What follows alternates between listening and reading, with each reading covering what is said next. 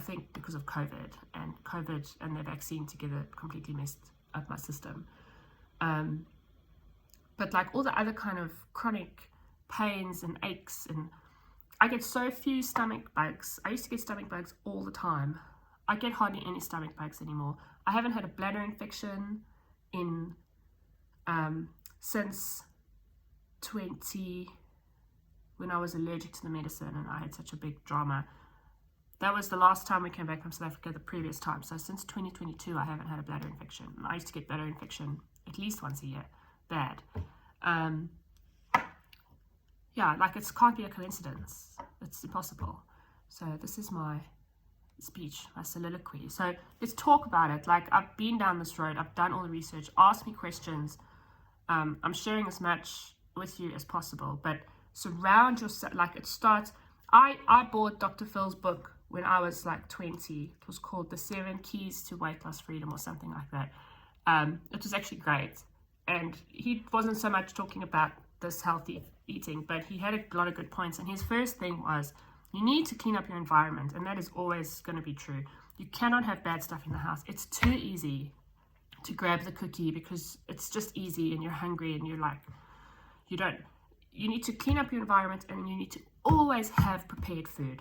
Roast a chicken every single Monday. So you're starving, you just grab a piece of chicken and you stuff a piece of chicken in your mouth. I promise you, you won't be hungry after you eat a piece of chicken. So you just always have a piece of chicken. Tuna. Have this much tins of tuna in your cupboard. You're hungry, you eat a tin of tuna, just like it is. Salt and pepper, a little bit of lemon juice. Eggs. You're hungry, boil eggs. Boil 6 eggs on a Wednesday, and then you keep them in the fridge. Oh, I've got a boiled egg. Crack that boiled egg, salt and pepper, done. You need to be prepared. You can't go for the cracker, and you can't have crackers in your house.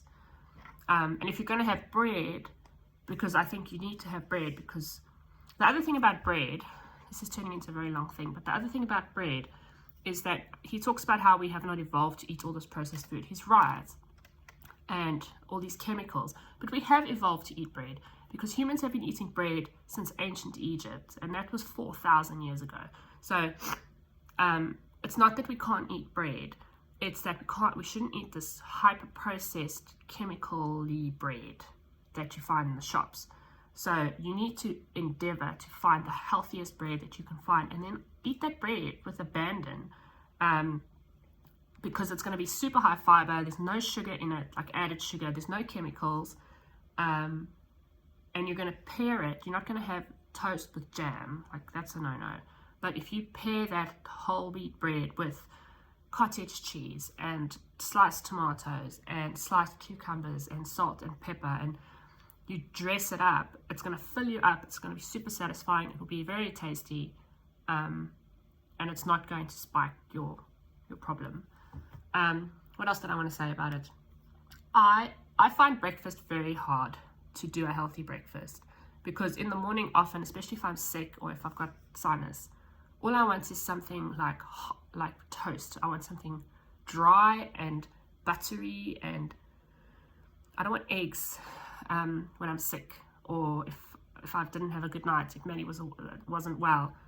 I want like typical breakfast food, like cereal, oats, toast, croissants, stuff like that. So often I find it easier just to skip breakfast. I just give it up completely, because it's too hard to try to find a breakfast that is healthy. And then I'll eat at 11:30, 12 o'clock, and then you can have lunch. So you can have rice and curry left over from yesterday, and you can have soup.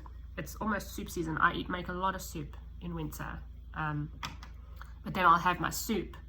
That I don't zap the soup until it's puree, because that's also not good. You want some chunks in there.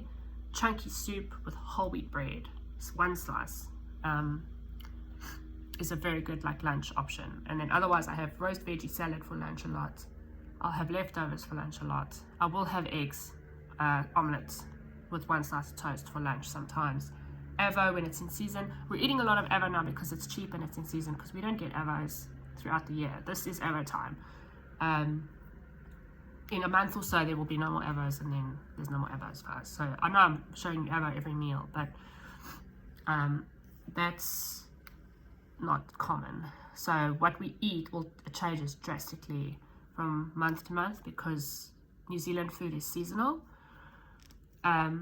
It's not like in South Africa where you get tomatoes the whole year round. You absolutely do not get tomatoes the whole year round here. And then the other thing I wanted to say was he spoke about the meat. And this is why I thought I should come to New Zealand for a month to do your health. It'll be like the Biggest Loser, like your health farm. You know, you go away for a month, we can document it, send people videos. Anyway, because in New Zealand, all the meat is grass-fed, which is just something I didn't realize such a huge benefit in living here. There is only grass-fed beef. The cheapest meat you can buy in the shop is grass-fed, and it's not like that anywhere else in the whole world. So, and they've got incredibly strict rules on chickens here, that chickens have to be treated like little princesses. So the meat here is incredibly healthy. I do try to go organic if we can because I don't want hormones, because they give, and antibiotics, because sometimes they give the animals, well, you don't know. It's a lot of the hormones in New Zealand are also illegal, so they can't give the animals hormones, which is not the case in South Africa and America and everywhere else. So New Zealand is a very healthy place, and it's very easy to get grass-fed meat, which is what he's talking about. All the lamb in New Zealand is grass-fed. All the beef is grass-fed. The chicken is very regulated. I'd say 90% of the pork is free-farmed, which is basically, it's not grass-fed because pigs don't eat grass, but they are free to roam. Yeah, so it's easier, but yeah, you might have to do a little bit of work to find the healthiest options, because it's hard. Like when we started this journey, I felt like every time I went to the grocery store, I was going to battle because everyone's trying to trick you. In New Zealand, the pricing is they do false pricing, which I don't think they do in South Africa. Like they're constantly changing the prices, and then they tell you something's on sale when it's not. And if you don't know the price off the top of your head, it's very hard. Anyway, that's a side issue.